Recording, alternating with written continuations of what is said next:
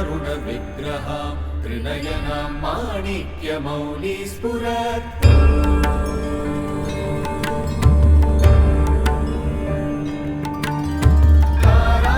तारानायकशेखरां स्मितमुखीमां मीनमक्षोरुहाम्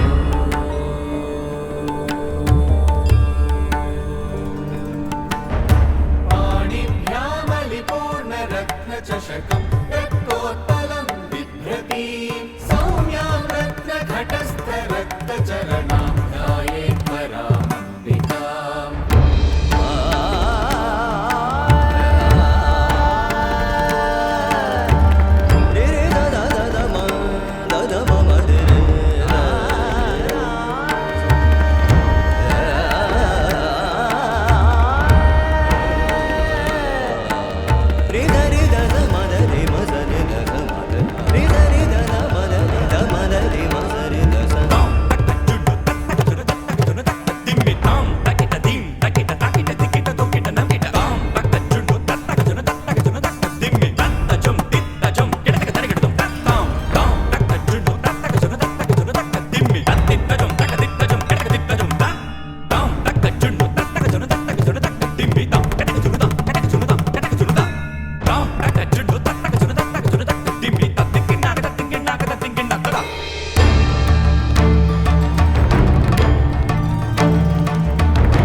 सान्निपातिकज्वर सततज्वर विषमज्वर ग्रहनक्षत्रदोषाञ्चान्या सरहरकाणी सरसरगौरी गमगमविद्ये आले माले काले बन्धे भज भज विद्ये मख मख विद्ये नाशय नाशय पापम् हर हर दुःस्वप्नम् विध्वंसय विध्वंसय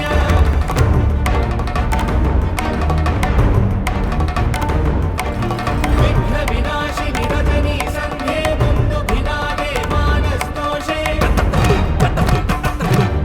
मानसवेगे Shankhini चक्रिणी वज्रिणी गदिनी Shoolini अपमृत्युविनाशिनी Vishweshwari द्राविडी केशवदैते Pashupati सहिते भीममर्दिनि गमनी Damini Shabari Kirati वाचक्री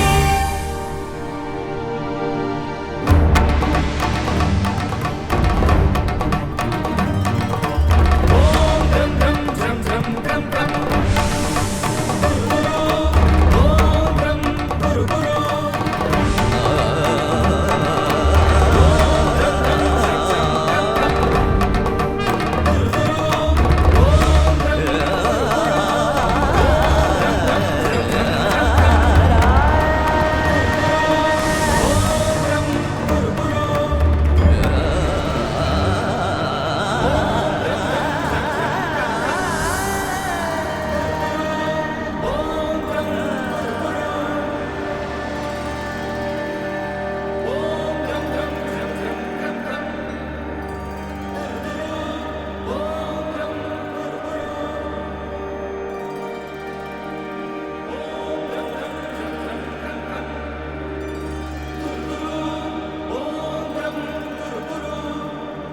So namaste, Priya Yoga Bandhu.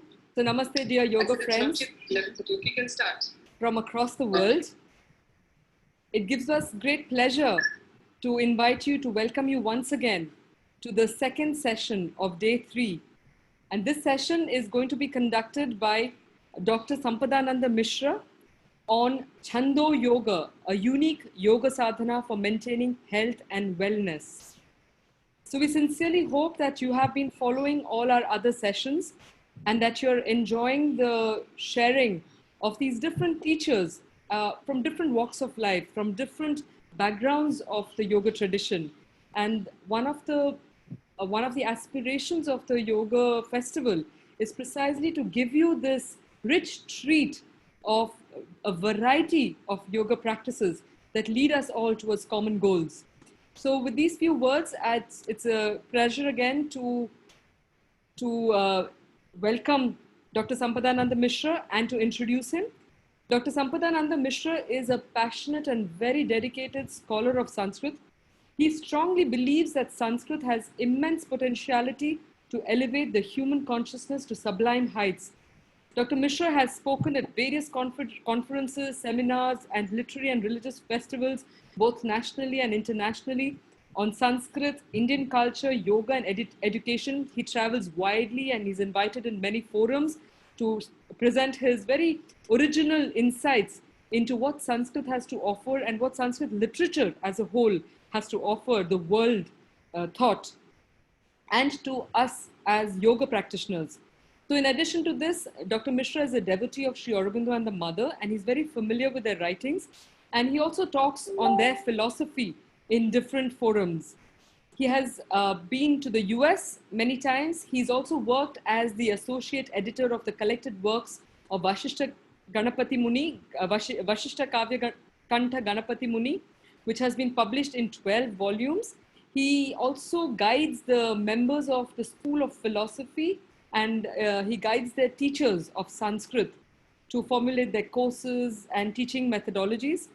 He has launched the first ever 24-hour Sanskrit radio called Divyavani and is single-handedly managing the entire content since its inception in 2013.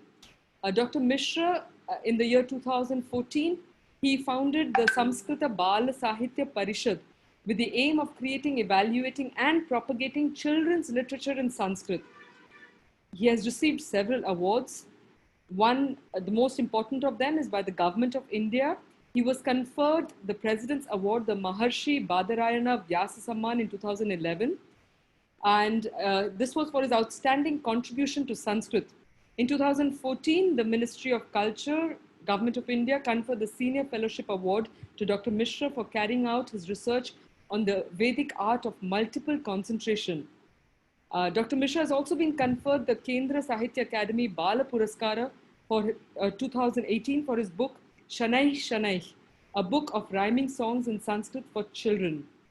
Dr. Mishra was conferred the Pandit Deen Dayal Upadhyaya recognition of Re-Engineering India 2020 by the Rethink India organization. Dr. Mishra has a lot of very significant achievements, but presently he is the director of the Sri Aurobindo Foundation of Indian Culture, which is a branch of the Sri Aurobindo Society housed in Pondicherry. And we all in the yoga world know the importance of Sanskrit. And so today we have a very special occasion to listen to Dr. Sampadananda Mishra, who will give us some very valuable insights about what this language and what it offers, what else it can offer to us. So please enjoy the session and feel free to ask your questions, which we will take up at the end of his presentation. So over to you, Dr. Sampadananda Mishra. Thank you.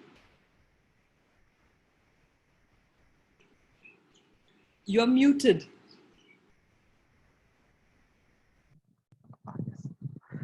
So, Dhanyavad Anuradha for your introduction, and I'm indeed grateful to the whole team for giving this invitation to me for speaking on a topic which I've been working for a long time. And it's not just working on the topic, but this is a topic which is very, very dear to my heart, and it has been a part of my life, practicing it on every day and doing lots of other research works related to this particular aspect of Chando Yoga. So I call it as a unique yoga sadhana because the chandas have been always, the study of chandas has always been confined only to the poetry class. And like as students of Sanskrit, the students learn about the chandas in the context of poetry.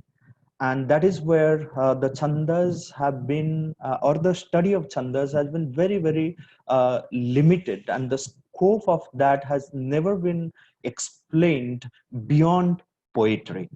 So what we are going to see today, and what I'm going to share with you today, that the universal aspect of the chandas, and how do we utilize, how do we use the different chandas for the practice of, the a kind of yoga which is directly related not only to sound, not only to rhythm, but also to our breathing pattern, where we start singing the verses in Sanskrit composed in different meters. Or meter is the very usual word that in English we use for the chandas, but it's again a very very limited word to convey the right sense of the chandas. So let me first explain what is chandas in its root sense, its usual sense, its root sense, and then I will link it with the system of yoga that I have worked out, how to practice this Chando yoga in life, and what are the different benefits of this, and where we can implement it, and then what wider sense it has. So then we don't get a very limited confined sense of the chandas only in the context of poetry, but its universal value. The first thing, the word chandas comes from a root sound, the chadi, or you say it chanda. It means to gladden, to be joyful, to be delighted. So, creating that joy or creating the delight or giving us the experience of delight is the basic meaning of the word chandas. This is one meaning when we contemplate on the root sound. But the word chandas is used in the sense of prosody or the metrics. So, what is this prosody? Is that in Sanskritam, highest number of literature, whether you go to, if you take the entire gamut of the Sanskrit literature, including the Vedic and the later Vedic and the modern Sanskrit literature, so maximum number of literature is available in poetry form. Why? Because poetry is something very very natural to Sanskrit. So one just speaks a single word or a single sentence, it sounds like poetry, because poetry is very very natural. So poetry is natural to this extent that in Sanskrit there is a saying which says that gadyam kavinam nikasham vadanti, that if someone can write something in prose, he was considered to be the greatest among all the poets, because Gadya writing, the prose writing, was considered as a kind of, like examining the caliber, the talent, or the poetic ability of a person. So, writing poetry is very natural. Anyone can write it in Sanskritam, in the context of Sanskritam. But writing prose, of course, that whole trend of writing prose or poetry is changed now. What we experience now is very different. But when the Sanskrit was a part of the daily life, and then when maximum people were composing things in poetry in Sanskrit, whether they wrote about the scientific literature, whether they wrote dictionary, or whether they prepared any other kind of literature, mathematics, or chemistry or physics, all these things are written in poetry. And one will be amazed to find that dictionaries are written in poetry. Amara Kosha, Halayudha Kosha, or any other Kosha, ancient Koshas one goes, that one finds it in poetry. And what is the reason behind it, and then how it helped in retaining the content, is also because of this rhythmic patterns. So chandas, usually we call it, let's call it as some kind of framework in which the sounds are cast into to give us a kind of rhythmic pattern. So and there is no single rhythmic pattern. So if someone asks like how many chandas are there, how many metrical patterns are there, so very very difficult to answer this question, because there can be infinite number of chandas, infinite number of chandas. So how it happens, like the chandas is not, let's remember this basic premise from which I am starting my ideas, sharing my ideas, that chandas is not confined to poetry alone. So chandas is something universal. So it is a universal rhythmic movement which has much harmony in it. So universally harmonious rhythmic movement is the chandas. And if we look at the realizations of the seers and sages, starting from the Vedas and the later philosophical texts or many other people, the Chanda Shastras, how they have treated the chandas, will find that chandas is at the basis of creation. So chandas is at the basis of creation. Now, when we say the basis of creation, like say for example, like Bhartrihari, who says that chandobhya eva Vishwamidam Vyavartata. Like this entire creation came from the chandas. So we need to understand this, that chandas can be interpreted, even the Vedas were called chandas. So another name for the Veda is chandas, because when a certain realization happens to a rishi who lives in his highest level of consciousness, and during that moment of intense contemplation where he is, something is getting revealed to him, that realization of the truth, or that voice of the truth, or that seeing of the total aspect of a particular facet of the truth is, like it reveals to the rishi in a highly intense, potent, pregnant, rhythmic form, rhythmic vibration. And that is chandas. And it encodes, in that sound vibration, it encodes the entire experience that the rishi had. So that is why that is what is called the mantra. So every mantra is highly rhythmic, highly rhythmic, that in the intensity of rhythm in the mantras are very very high.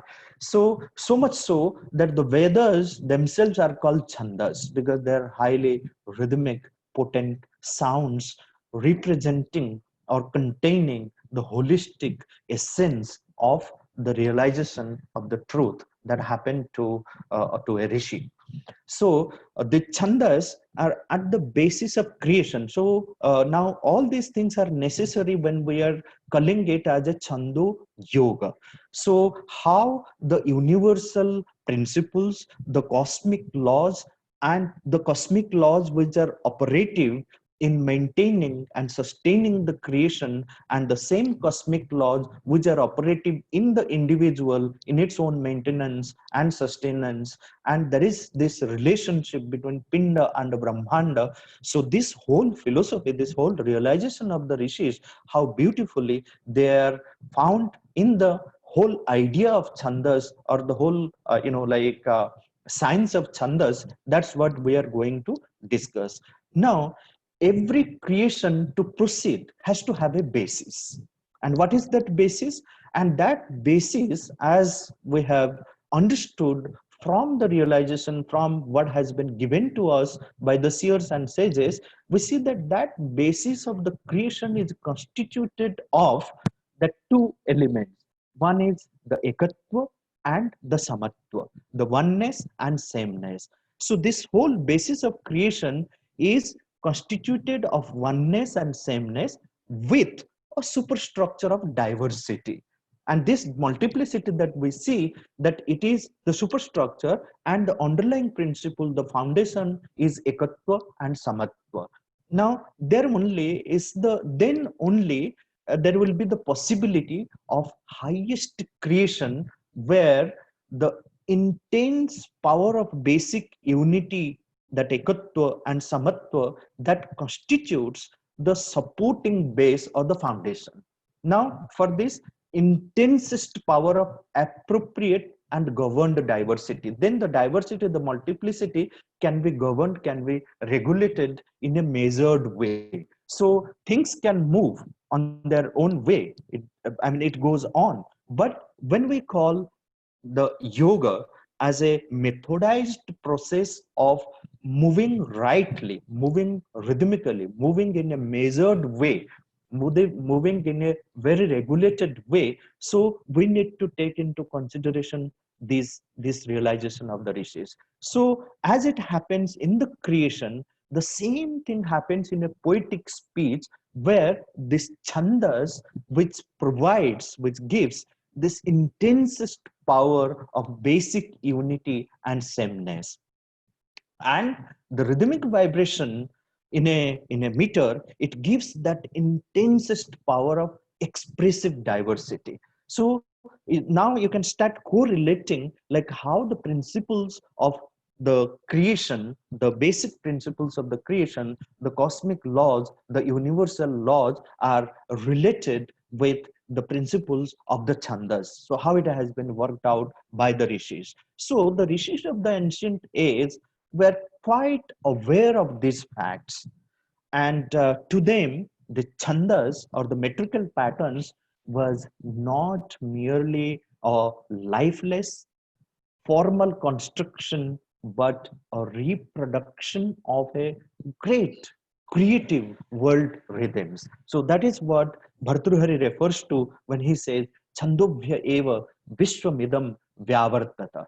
And this statement of Bhartruhari is not any ordinary statement. Like when we come to especially the chandas, whether we are speaking about the chandas in the Veda mantras, or we are talking about the chandas in the classical period, which are highly regulated and then follow that fixed pattern. So what happens is that in the chandas we find this fixed and recurring measures of sound, which is again the basis of entering, basis of like understanding this whole realization of the seers and sages who said that the creation, the basis of the creation, the principles, the laws are the same in the creation of the different metrical patterns. So the spirit of creation framed all the movements of the world by chandas. So this is what we understand from Bhartruhari, and who the other philosophers and the seers and sages who have spoken about the chandas. And so what is it? The spirit of creation framed all the movements of the world by chandas. Chandobhya eva vishwamidam vyavartata. And in certain fixed rhythms, a formative word. And it is because they are faithful to the cosmic meters, and the basic world movements unchangingly endure. So a balanced harmony maintained by a system of subtle recurrences is the foundation of immortality. Now here we see that, like what I mentioned, that there are two things. On one thing, that we see that different metrical patterns in poetry, whether we speak of the number of infinite number of chandas, but to like mention few what are usually used by the poets, like Anushtup, Trishtup Chandas, or Indra Vajra, Upendra Vajra belonging to Trishtup Chandas, or Jagati Chanda, Gayatri Chandas. So all these different chandas are the individual metrical patterns which are representatives, pratinidhi, representatives of a great cosmic meter which regulates everything of the creation. So there are individual patterns and there is a cosmic meter, and all these individual patterns have a correlation with the cosmic meter. When they are in harmony with the cosmic laws, then the power can be felt. Then it works immensely at the individual level and the cosmic level. Now here we see that there is individual meters, metrical patterns, and there is a cosmic meter which takes care of the creation. So again, like we find in the whole realization of the seers and sages with regard to the chandas, that they could discover this truth that a balanced harmony maintained by a system of subtle recurrences is the foundation of immortality in created things. So chandas again is at the basis of immortality. Immortality is not just being for a long time, lasting.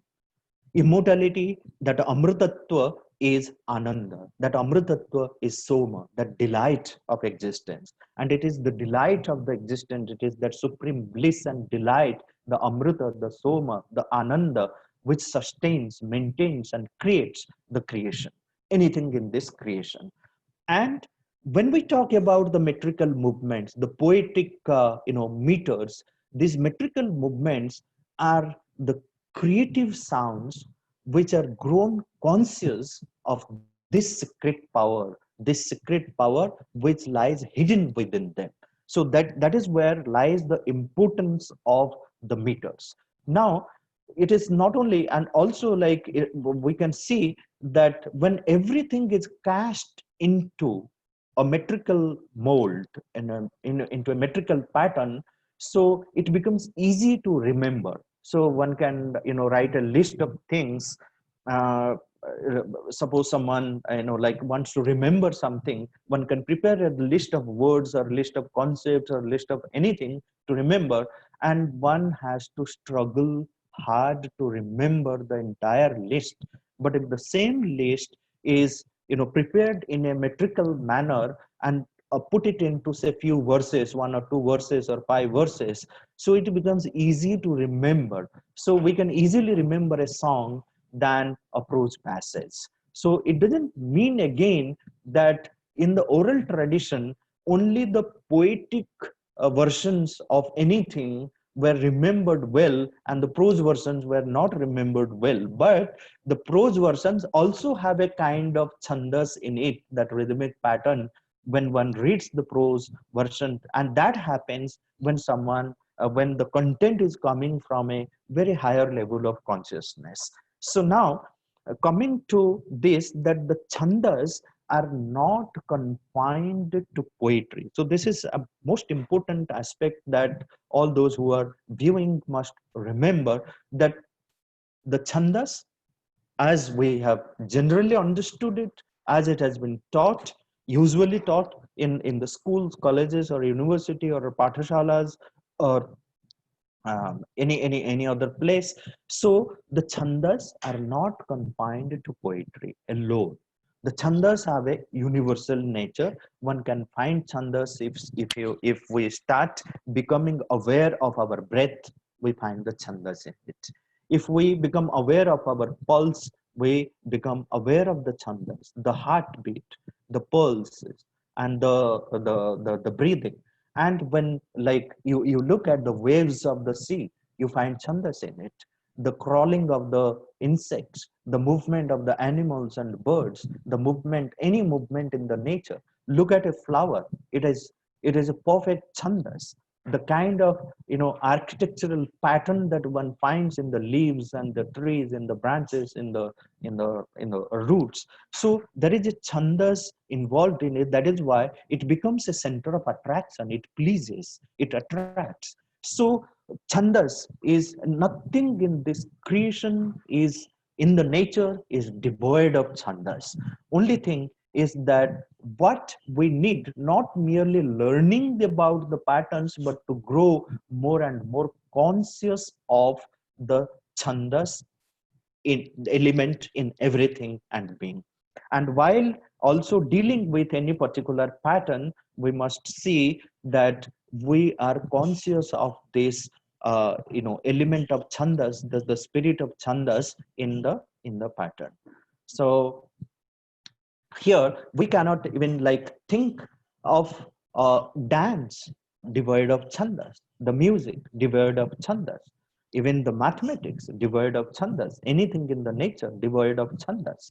So chandas, this entire creation is filled in with chandas, and these different individual patterns that we find in the nature, in ourselves, these are representatives of that great cosmic meter.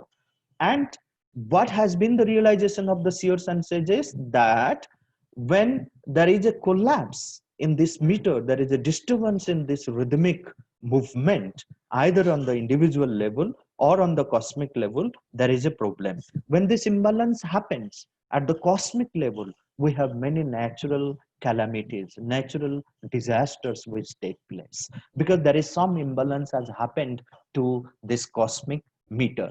The same thing when it happens at the individual level, we fall sick. So that is why music helps, nature helps, being quiet helps, poetry helps in tuning us back to that melody, to that chandas. So this is where Chando Yoga is an amazing system of yoga that I have conceived and given a kind of systematic a structure to it, how this can be practiced for leading a yogic sadhana through the chandas. Now this is where, like, when we turn to the ancient Indian heritage, ancient Indian realization of the seers and sages, we find that everything, whether we talk about temple architecture or iconography, when an idol is made, when a temple is made, when even the building is made, when we look at the vastu, we will see that everything has a relation with the structure, the way the human body is made. So the same way here in the chandas also, we will find the same principles that the human system is made, the human body is made, the same principles we find in a metrical pattern also. To give you a parallel between the elements of man and the elements of meter, so let me explain you this, that the human being, what the man has. So man in its outer form is the matter, the body, the annamaya kosha, the most physical, the food plasma, the anna. And within that body, there is this vital element, the sensational, the emotional element, which we call the vital being, or the sensational and emotional being, the impressional man.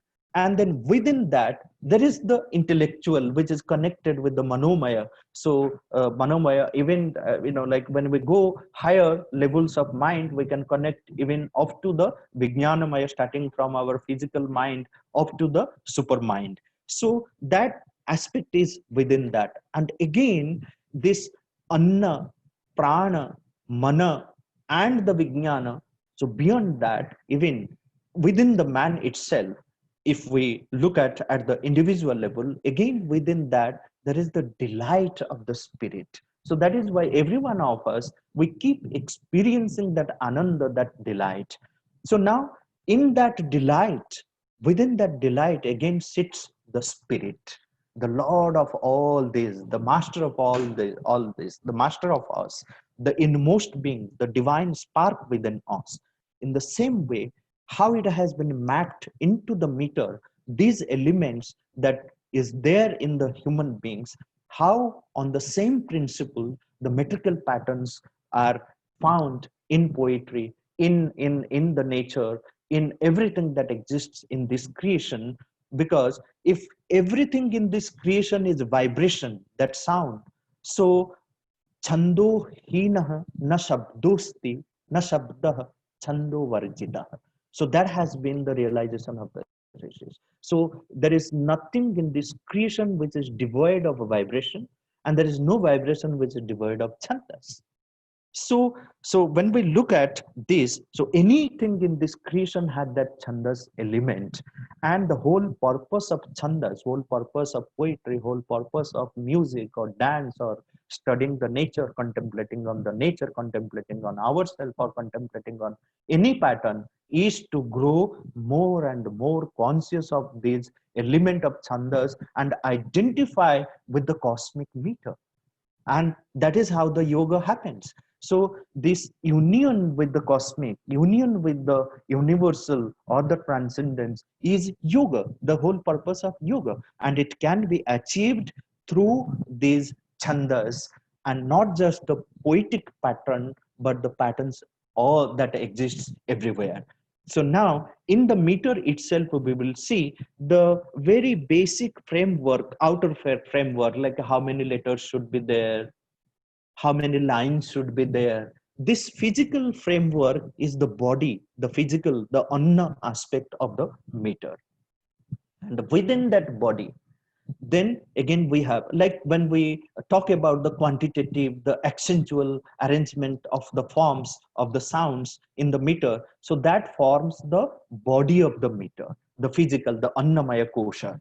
And within that body, there we find the sensational element. And what is the sensational element? This is the arrangement of the sounds by short and long, the arrangement of pauses, because each arrangement, like suppose there is a particular chandas which is say 11 syllables, so there can be 11 syllables, but depending upon the arrangement and the pauses within the 11 syllables, the different vrittas can be created. So that is how. So on one side we have the chandas, and then a chanda can give birth to innumerable number of the vrittas. So now these vrittas are basically the arrangement of sounds by short and long, and the arrangement of pauses. So they give they create these vrittas, and that particular arrangement of sounds, or where we take a pause, it is responsible for evoking a particular emotion, or creating a particular sensation, or creating a particular spiritual or emotional or occult like environment within that. So that is, and again, the if we look at the elements of assonance, alliteration, the composition of related varying letters, so all these form the vital aspect, the prana aspect of the meter. And within that, then there is the pure emotional movement, as I said, within the vital, that emotional movement. That is why when a poet particularly like wants to give expression to a particular sentiment, he has to be careful in choosing the meter which befits to that sentiment. So kavye rasanusarena. So following the rasa, what sentiment or what kind of emotion that one wants to give expression to. If Kalidas wants to give expression to that, pathos of the yaksha in Meghadutam, he could not have chosen any other meter than Mandakranta. The arrangement of sounds in Mandakranta, the very name of Mandakranta itself shows slow stepping, slow moving. When someone is loaded with grief, cannot have many, like fast movement. So when someone has more grief, more dejected, in a deplorable condition, his speech pattern also will be very slow, cannot speak fast. So look at, like, giving expression to the sentiment of yaksha, how aptly Kalidasa has used the Mandakranta, mandam, mandam. So it has a very slow movement. So then it could express the right sentiment and evoke that emotion in the readers. And within this, the physical, the emotional, sensational element, there is again something which is controlling all these, which is the intellectual element that brings the restraint, that the management, the subordination of a, like law of harmony, where everything is maintained properly, harmoniously, so then it can truly, very aptly evoke that emotion. So there is a buddhi element, there is a manas element which regulates the movement of all these sounds in a chandas, and that element is the driver of the chariot of sound. Okay, so today is the famous Ratha Yatra, the chariot, where it has to be driven by the ashwas, which are controlled. So the same way, there has to be certain element where it is not a, like when we chant a particular mantra or chant a particular shloka, it should follow that law of harmony. It must subordinate to that law of harmony. Otherwise, if the mere chanting in any manner or mere chanting of or singing of anything will not yield much result. So there has to be this regulation aspect, that is the mind element or the buddhi element in that. And in that, again, so there is a spirit, the poetic delight that we find. And in that poetic delight is the spirit of the poetry, the spirit of in the chandas. So that spirit is not just confined to poetry. The spirit is universal in its nature. We find it in prose also, we find it in anything other than poetry also. The same thing we find in dance, in architecture, in a sculpture, in a painting, drawing, in the nature. So all these different elements, the physical, the vital, the mental, the psychic, the spiritual, and what lies beyond, the Satchidananda, that highest, where like one becomes ekibhuta with the Brahman. So these are the elements that one has to remember, and this spirit, especially this spirit, is absolutely unanalyzable, and which is behind meter, style, diction, assonance, alliteration, or arrangement, or the pause, anything. And this august poetic delight is the outflow of that might spirit, and it's the sense of life, the power, and its pleasure in use of that power with no ulterior motive beyond its own delight. So that is why it is called chandas, because ultimately it makes us aware and makes us settled in that ananda, where we all are invited to become that amritasya putra, anandasya putra. So that Brahman, that Brahmibhuta stage, and it is possible through any pattern, any metrical pattern, any pattern that exists in the nature, whether through poetry or through dance or music or sculpture, dance, architecture, or anything that is there, any pattern which exists.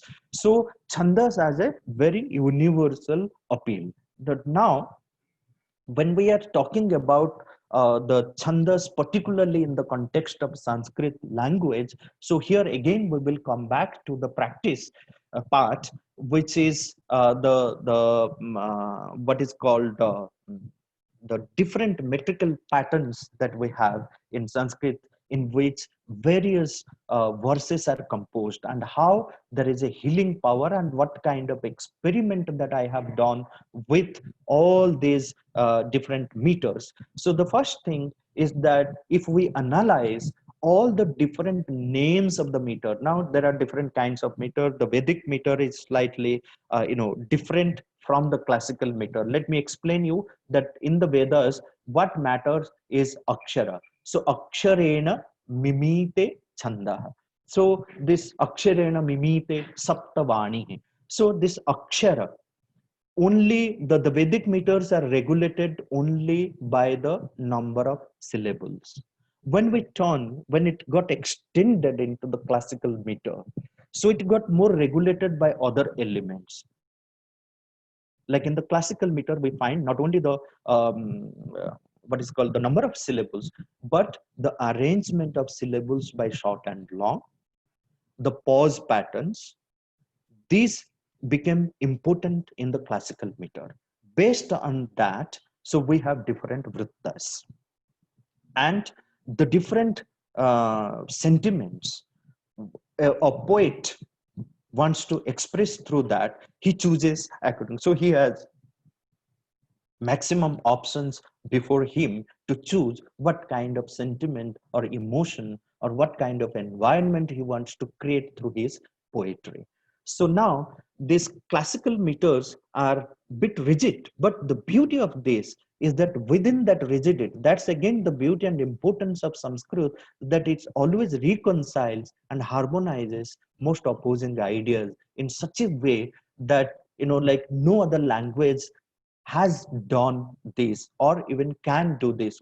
About future we don't know. In future, the future language, but at least what is available to us as a perfect language, we can say, is that the Sanskritam has this harmonization of all the opposing ideas. So within the rigidity of the number of syllables, arrangement of syllables and pauses, we have immense freedom. So that is why a particular verse written in a meter, which is very, very strict, can be sung in 100 different ways without deviating from the principles of the chandas, because that is the freedom which lies within that limited framework. So within a limitation, it allows immense freedom. That's the beauty.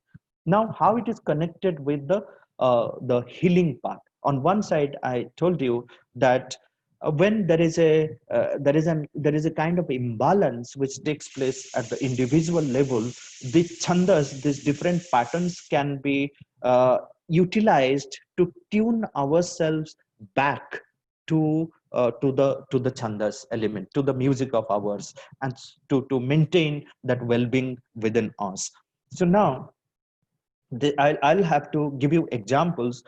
So when we are talking about a particular metrical pattern and a particular verse written in a using a particular vritta, we see that how in a measured way this meter, it is a particular vritta, it regulates our breath, because speech is a manipulation again of the breath. And this is where I link it with the pranayama. So let me give you certain examples how the chandas are connected with the nature, how in the nature, I mean, there is a greater harmony in the with the nature and the chandas, and again, like how wonderfully it regulates our breath pattern. So coming back to the nature, so if we analyze the different names of the different vrittas, we will find that each name has some connection with something which exists in the creation, something which exists in the nature, something which exists as an idea, something which exists in some form, either in the nature or in the architecture or in the sculpture or in music or in dance. So anything outside or anything in the creation, and also can be, it is within, it exists within also as a pattern which we need to discover or we need to become aware of. So now, for example, like there is a particular chanda which is known as Bhujanga Prayatam. Now, Bhujanga Prayata, the very name suggests that Bhujanga means snake, Prayata means movement. So, in this particular meter, so there is a rhythmic pattern which imitates the movement of the snake, Bhujanga. So that is why it is named as Bhujanga Prayata. Now, Bhujanga Prayata, what is the movement of the snake? Like I have verified it and checked it with other snake experts, and then I have literally gone to the snake episodes on the Animal Planet and the National Geography channel, and then to see like what kind of movement a snake has. So if this question is asked, how many times the snake moves straight and then how many times it goes curved, the usual answer is that straight. No, it's not possible. The snake always moves curved, zigzag. But the snake actually moves once straight and two times curved. And that straight is so subtle that it is not possible to see with the physical eye. But maybe like if we have a keen observation power, we can observe it. But that was observed by someone. Like when someone felt a kind of rhythmic movement within him and then turned to the nature for a confirmation to find out whether something exists in the nature, could see the same rhythmic movement reflected or being imitated in the movement of the snake. So he recognized it as a pattern which exists, and then recognized it as a chandas. So in the Bhujanga Prayatam, we will find that there are 12 syllables, and the syllable, if we look at the arrangement of syllables by short and long, we will see that this chandas, the Bhujanga Prayata has a short syllable followed by two long syllables. So, say for example, we take the example of Shankaracharya's Bhavani Ashtakam. We see here as an example that na tatu na mata na bandhur na data. If you observe here, na is a short syllable.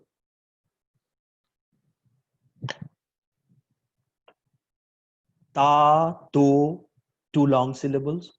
So one short syllable followed by two long syllables. Na, ma, ta. So when someone sings it, you can see the movement of the snake following, or one straight and two times curved. How beautiful! And then how it manipulates our breath in a very regulated manner. That is what is the basic science of pranayama, that our breath in a normal way is not much balanced and regulated. So that is why we resort to the science of pranayama, so then we can regulate our breath in a very measured way. And when we recite a particular chanda, our breath gets measured in a, like it, we manipulate the breath in a measured way, because everything here is fixed and measured and has that rhythmic pattern. And not only the breath gets manipulated in a measured way, in addition to that, we have the purity of the vibration of the sounds that also starts impacting, because every vibration has an impact on our consciousness. So what happens is a kind of pranayama, what pranayama does to our whole system. And we are adding, like it is something like a mantra pranayama. We do the chanting of the mantra along with pranayama, or we do pranayama with the chanting of the mantra. So both are infused in the chandas element. So that is why it turns to not just mere recitation of a poetry, but it is a unique system of doing the yoga sadhana through the chandas. Where if like we have some kind of diseases or something which is suffering either physically or even the emotional disturbance, which is emotionally we are broken down, or we are mentally disturbed, this recitation of the different chandas can help us. So my experiment with the different chandas now is that I am working and experimenting particular chandas, connecting it to different kinds of pranayama, and where it can be implemented, how it will be beneficial for different kinds of diseases. So that experiment I have carried out certain kind of pilot study, and then have prepared a huge proposal. So then what happens, once this experiment we get we'll definitely get success, but all these things have to be scientifically documented in a scientific research manner, following the lab facility and other things which are available to us.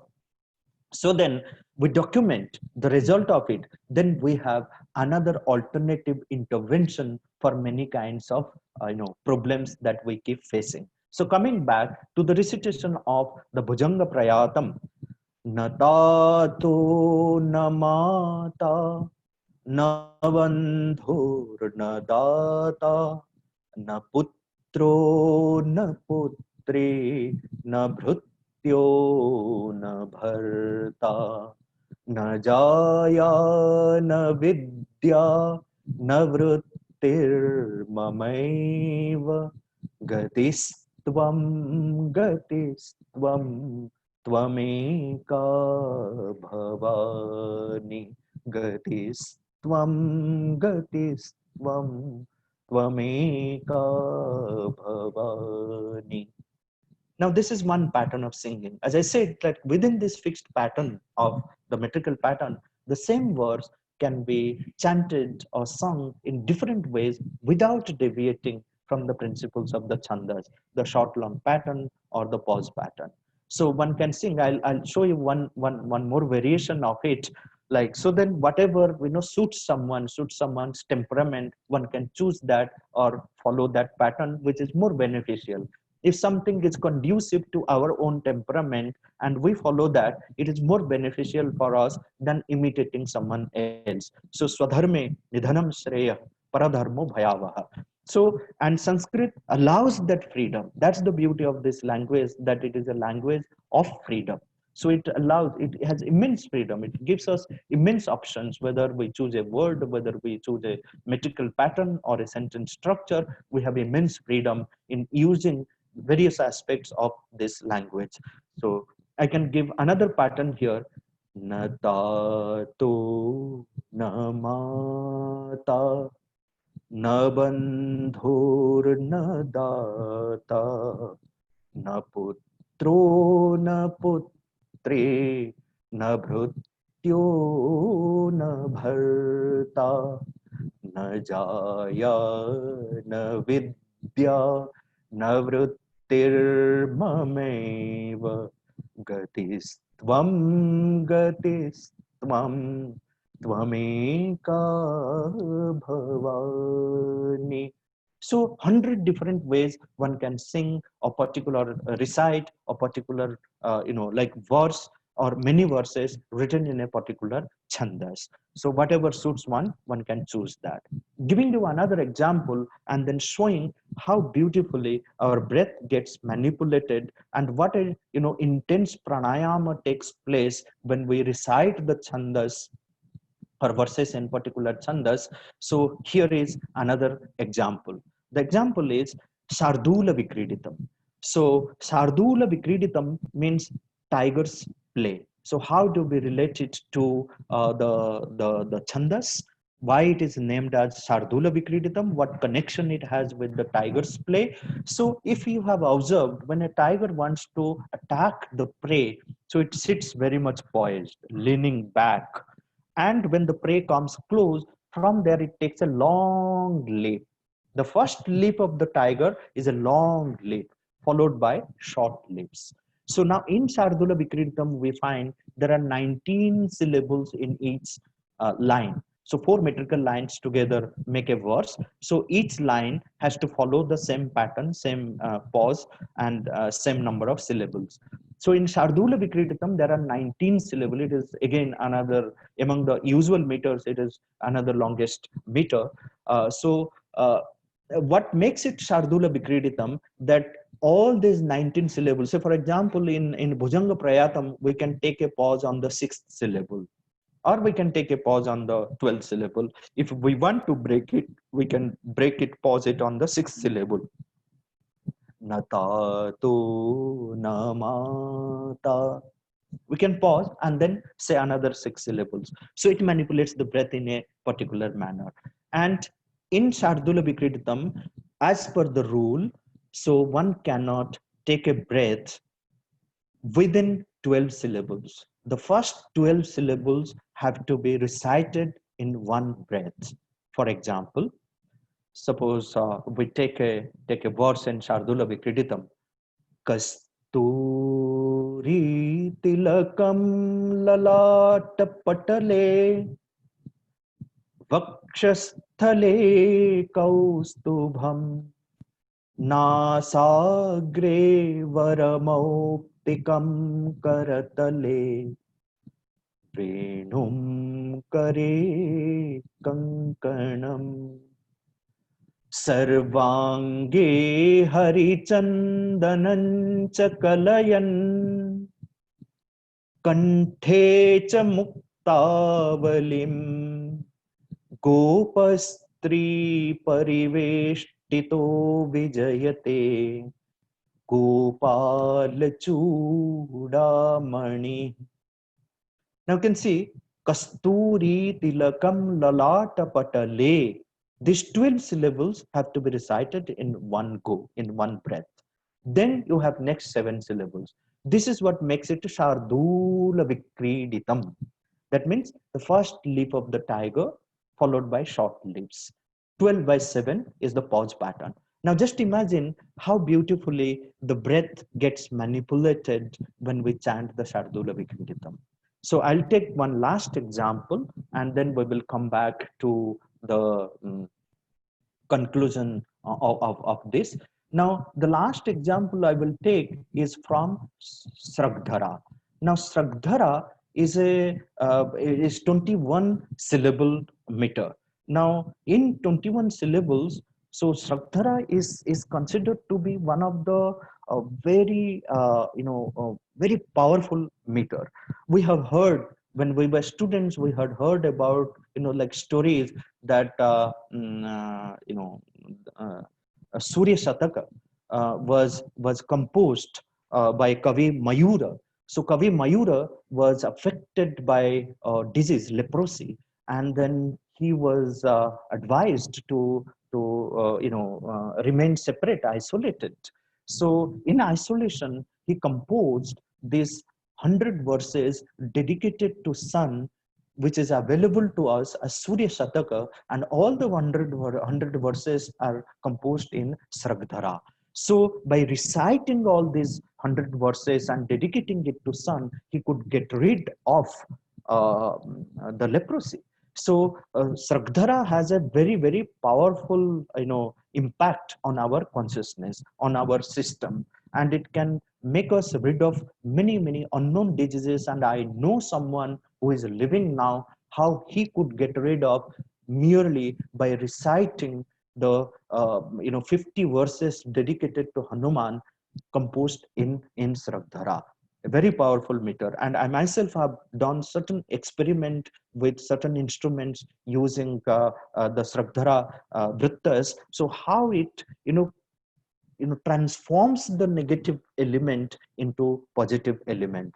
And in Sragdhara, if we come to the patterns, so 7 7 7 is the pause pattern. That means the first pause has to come on the 7th syllable, then on the 14th syllable, then on the 21st syllable. So the pauses are very evenly measured. So that adds more to the power of Sragdhara. Say for example, Ramam Kamari Sevyam Bhavabhayaharanam Kalamatteva Simham Yogindram Jnanagamyam Gunanidhimajitam Nirgunam Nirvikaram Mayatitam Suresham Khalavadhaniratam Brahma Vrundaikadevam Vande Kandavadatam Sarasijanayanam Devamurvisharupam. This is an example of, this is from Ramcharita Manas of Tulsidas, example of Sragdhara. So when we recite, say, 100 verses in Sragdhara, the amazing impact that it has on us, and then how beautifully it makes us free from many unknown diseases. So, dear friends, so I have, because of the time constraint, I have to stop here.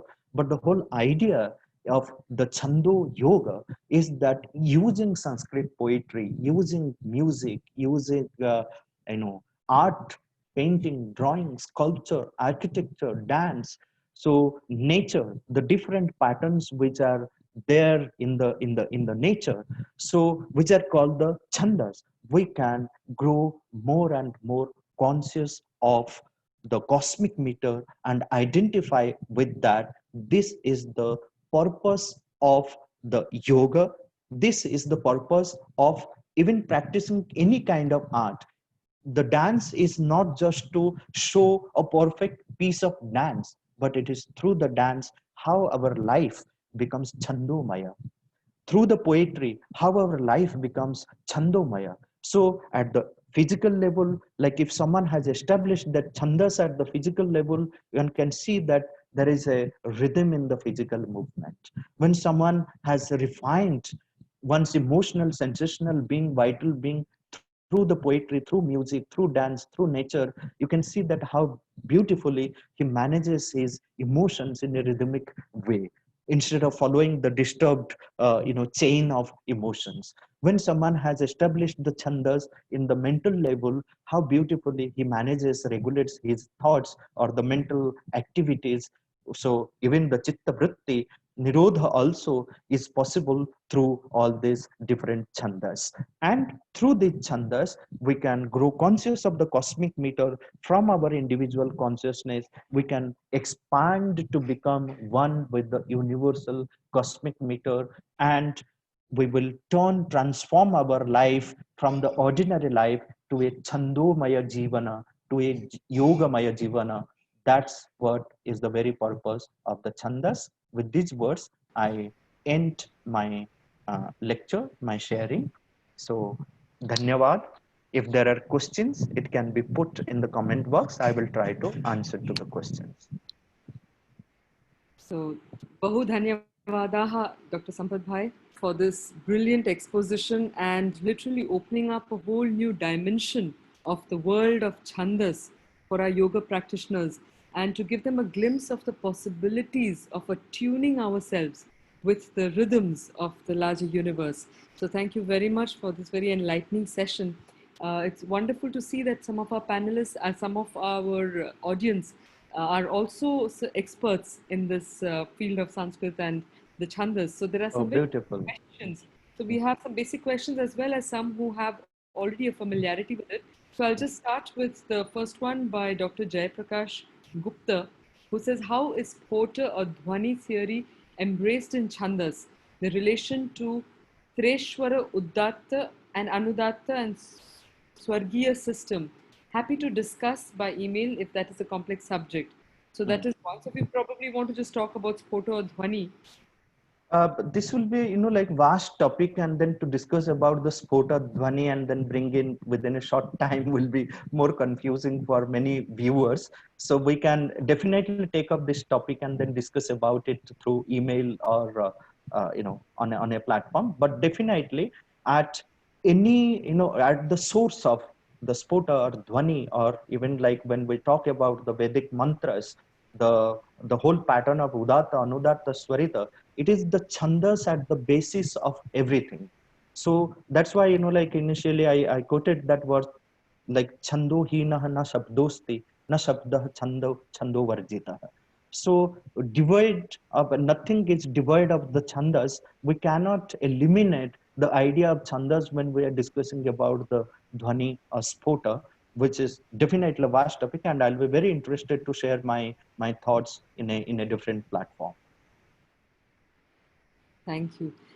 There's another one by T. Sriharshaji who says that every Vedic mantra has 6 angas, shadangas, of which Chandas is one. However, Shabara mantras are said to be devoid of Chandas. How do we understand this? Kindly explain. See, though, like in tradition, you will find a lot of things like it is devoid of chandas, but my basic premise is nothing is devoid of chandas. Even our ordinary speech also, there is some element of chandas. Otherwise, it will not be possible even to communicate with each other without, feeling that joy. So I would not agree to this statement wherever it is that it is devoid of chandas. All right. So we have another question by Ashok Gutsurkarji who's saying that he's wanting to know whether Chanda and Vritta are the same. He believes that they are the same. So what are your See, thoughts? in a sense, it will be same, but technically, if you see, say, Trishtu is a chandas, like 11 syllable. Any verse which has 11 syllables is a chandas. Okay. And in Trishtup, suppose you come to Indra Vajra, Upendra Vajra, Upajati, Shalini, or Rathodhata. So these are different vrittas. So the vrittas are created within the chandas by following the different permutations of the different arrangement of syllables and like that. So that is why the vrittas are also like chandas is one, say Trishtup, And within Chandas, we have the different Vrittas, and those Vrittas are also the three different types of Vrittas we have. With the Samavritta, you have Ardha Samavritta and the Vishamavritta. So Samavrittas are maximum. So what are used by the poets is maximum Samavritta, and then you have the Matra Chandas also apart from the Akshara Vrittas. So where it is not the number of syllables or the arrangement of syllables, but the number of syllabic instants, the matras. So the matra kala, the measure of time which is taken into consideration in measuring, like arya or any other kind of matra vrittas. So this is technically this is the difference between the chandas and vrittas, but the word chandas can be applied to everything. Even Indra Vajra chanda one can say, or Indra Vajra vritta one can say in general. So would you also say that the vrittas are like smaller movements within the larger ambit of Yeah, the? absolutely. That is how one could understand. Okay, thank you. Another question that is there by Sunil Kumarji, who says that how does Chanda Yoga lead to the development of siddhis or vibhutis? Yes, okay. So any system of yoga, when it is sincerely practiced, so we definitely attain to the siddhi, the perfection that we have put before us, like what we want to achieve. So by yoga, we mean that how our consciousness gets transformed. It's from our limited consciousness, we move to the expanded consciousness. So the same thing can be achieved through the Chando Yoga, that our limited, narrow consciousness, we can achieve, we can expand it and then attain to the expanded consciousness and maintain living in that expanded consciousness, which is the very purpose of yoga, which can be called as the Siddhi. So by following the Chando Yoga, one can attain to that Siddhi of being in an expanded consciousness.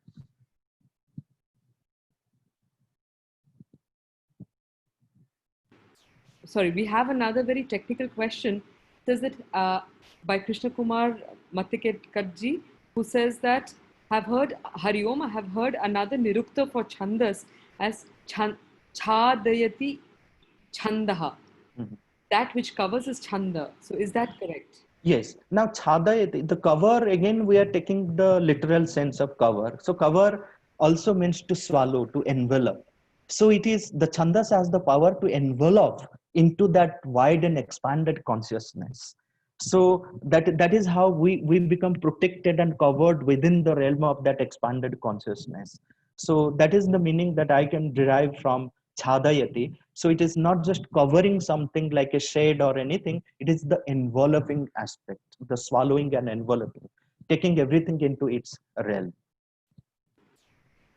Thank you. Another one by Ashok ji, who says that uh, Shikharini Chanda is used in many devotional stotras. Is there Yes. a reason for that? Yes, I mean, Shikharini Chanda is used in many devotional poems because the arrangement of sounds in Shikharini, that Rasai Rudresh Chinna, has a beautiful pattern in it which evokes that devotional element. So, which is truly amazing. And then most of the stotras are written in Shikharini has that power to evoke that intense devotion in that. So, say for example, like I can, recite a particular verse in Shikharini, because today it is the Sri Jagannatha Ratha Yatra. So let me recite one verse in Shikharini from Jagannathashtakam by Shankaracharya, and then see how it evokes that intense devotion. Haratvam sansaram drutataramasaram surapate haratvam papanam vitatimaparam yadavapate aho dine nathe निहितमचलं निश्चितपदम् Jagannath Swami नयनपथगामी bhavatu me. So this is what is Shikharini. Wonderful. Thank you very much. So there are many questions. I'm going to just try and summarize some of them so that you can get we can get some important insights into where people can find material regarding your works and these sharings that you've done. So there's somebody, Pooja Subramanya ji, who's saying that for Hatha Yoga practitioner and classical dancer, in order to incorporate or to start with Chanda Yoga along with Pranayama, where do we begin? How do we know that we're reciting according to the right chandas and the right raga? And a related question to this is also that whether you have any books, any purchased, any material that Yes. people can get, and an example of how chandas and pranayama come together. So just a few things, I'm putting these together for you, and then you can answer them collectively probably. Last one is the sharing of Ram Mohanji, who's saying that everything seems to be within space, time, energy, matter, force, strength, pattern, design, rhythm, sound, silence. Can we factor these and construct an interlinked structure? And could there be more fundamental factors beyond my understanding? So if you would like to just give an overview of this as well as share where people can access further information on this yoga. Okay. So the first thing is that one has to, with this understanding, what I have shared, keeping this in the background, if one can start studying the chandas. So first one has to have the knowledge of the chandas. So the right understanding of the chandas. And for that, I have prepared a book called Chando Vallari, which is written in a very simple English language with plenty of examples from different sources. And along with the Chandavallari, we had created a multimedia CD where we have exemplified how a particular verse or many verses written in a particular chanda can be recited in many different ways without deviating from the principles of the chandas. So now since CDs are becoming redundant, and then people don't have the CD player and then the CD drives in the laptop, so we have stopped selling that CD. So in next 2 months we're coming out this application, so the entire content of the Chandu Vallari is going to be available on the website and the application on iOS and Android, where people can experience the recitation of the different chandas and learn the chandas. So that is the thing which we are creating, and then you have to wait for another 2 or 3 months. So then like the things will be available on that, but the book is available if anyone wants to start it learning through Chandavallari. So one can order that book and then go through this system. And when we are creating that application, we'll also be like dealing with some of the interesting aspects and then the learning patterns, because we follow a kind of pedagogy, like the like how innovatively we can teach a certain subject. So the same way, when we are putting the chandas also, we will be following the same innovative ideas of teaching the chandas through the application. So then with the very intense learning of the chandas, keeping the principles of the chandas which are given to us, and then how do we practice the chandas and then make it a yoga practice in us. So all these things will be available through that application. So that's what at present I can offer. Yes. There's quite a lot of material. Dr. Sampadananda Mishra has been extremely active in producing a lot of material that is very valuable. So he has the Deva Bhasha CD on that, CD-ROM that was created on that, and it would be wonderful to have that available as well for our audience. And then he has another one, which is the Vande Mataram Library Trust, that all of you should visit, because he has brought out a lot of the whole of the Gita. You can listen to it, you can follow it grammatically, you can read Sri Aurobindo's commentary on it. We also have the Upanishads. You can even just play the Upanishads, listen to them, very beautifully sung, and you have all the content available there. So please look up these resources, very rich resources that Dr. Sampadananda Mishra ji has very painstakingly made available to all of us, to the entire world community. So please benefit from that. There are still a few questions. Maybe I will just try and do another summary, and then we will have to close the session, because There are many others who would have to leave. So just a very quick one here. Dr. Krishna Kumar ji, he was saying that there are your remarks, your insights were very remarkable. He's saying, is Viyogini Vritta connected or to separation and used where the theme is about separation?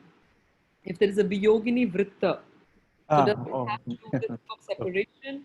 Mm. And the idea that, Chandas is a Yes. recurring harmony, rhythmic, natural patterns, or is it in tandem with nature?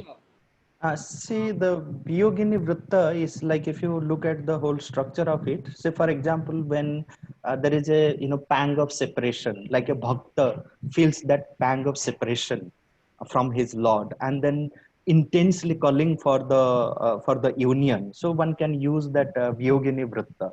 So Vyoga is not just the separation, when someone gets separated, like Bhakta's separation, Bhakta's feeling of separation from his Lord, and then feeling that pang of separation is also the Vyoga, Viraha. So that is where like it's implemented, and then many poets also have used it and can use it. The future poets using like when they want to give expression to this sentiment of Vyoga. Rahiji has a question. She says, do we have specific mantras to overcome specific emotional conditions that we can teach somebody who really needs that care? Yes, yes. So, say for example, if someone is very, very slow, passive, and is not interested in anything, inactive, and a lot of inertia is there. So, the chandas which can be chosen for that person, the shlokas in the chandas, is say for example, Bhujanga Prayatam, Vasanta Tilakam, or even Indra Vajra. Indra Vajra itself, the name shows that it is Indra's thunderbolt, has intense power to like overcome our intense grief and all these things, and emoting heroism. So Indra Vajra will be a very beautiful and impactful chandas for bringing someone from one's own state of passivity to the dynamism. Vasanta Tilaka is another chandas for heroic sentiment, and Rathodhata also can be taken, because it is Rathodhata, that jerking sounds of the movement of the Ratha. So that Gharghara Nada, like today Ratha Yatra is happening, so that Gharghara Nada of the movement of the Ratha, that also breaks our passivity and inertia. So lot of chandas are there which can be used for the heroic sentiment, bringing heroism and dynamism, evoking intense devotion and heroism. So these are few examples. You've just opened a doorway for a whole world to be discovered by anyone who's interested in following this. So, with these words, I would like to inform our audience. First of all, thank you very much for having stayed this long and kept your questions coming and listening to Dr. Sampadananda Mishra. We've had over 120 participants about, which is very encouraging for us as organizers to bring such speakers in your midst. We also, I would just like to add here that this evening, we have a program which is almost in continuation with this theme that we have looked upon today with Chando Yoga. We have a talk by Srimati Shantala Sri Ramaya, and the talk is going to be on the wellness. It's on exploring wellness with Vedic chanting. And Shantala ji has a very personal story to share with all of you. So please don't miss it, because she's also my teacher, which I will talk about. I'm learning some Vedic chanting with her. So please participate in that, and you will get an opportunity to understand the subtleties and the importance of precision in Vedic chanting. So I was trying to remember passages from Sri Aurobindo on the different patterns in music and dance and poetry. So I could locate that, I could find that. So I would like to end it with this one sentence of Sri Aurobindo, when he says that, like when we are speaking about a meter, a particular meter or a particular pattern, so he says we are speaking of a certain spiritual force working through emotion into the material shape of a fixed mold of rhythmical sound, which obeys both in its limiting sameness and in its variation, the law of the spirit within. So that has been our spiritual tradition or tradition in India, that or Indic tradition. So everything, whether we are doing dance or music or nature or poetry or anything, so the importance was always given to the spirit within, discovering that and giving expression to that spirit in the outer form. So with that message, I think I would like to take leave of you all, and then dhanyavad, and thank you all for listening to me and for the organization inviting me and then giving this opportunity of sharing in this platform. Thank you, Dr. Sampadananda Mishra, for this enlightening session. And just a small note for our audience: all these videos will be available on the Indica Yoga YouTube channel, as well as on the Indica Yoga Facebook page. So you can download them. You can listen to them even after if you've missed any live session. This will be available. So please make the most of it. Please stay with the programs. Please share them with your friends, because the very ethos of this festival is to celebrate the spirit of yoga and wellness, which is what the video depicted. The dance was about how the goddess of yoga pierces our hearts to bring inner realization. So with these words, do stay with us. Bahu dhanyavadaha, and bahu dhanyavadaha, Dr. Sampadananda Mishra, to you once more. Thank you.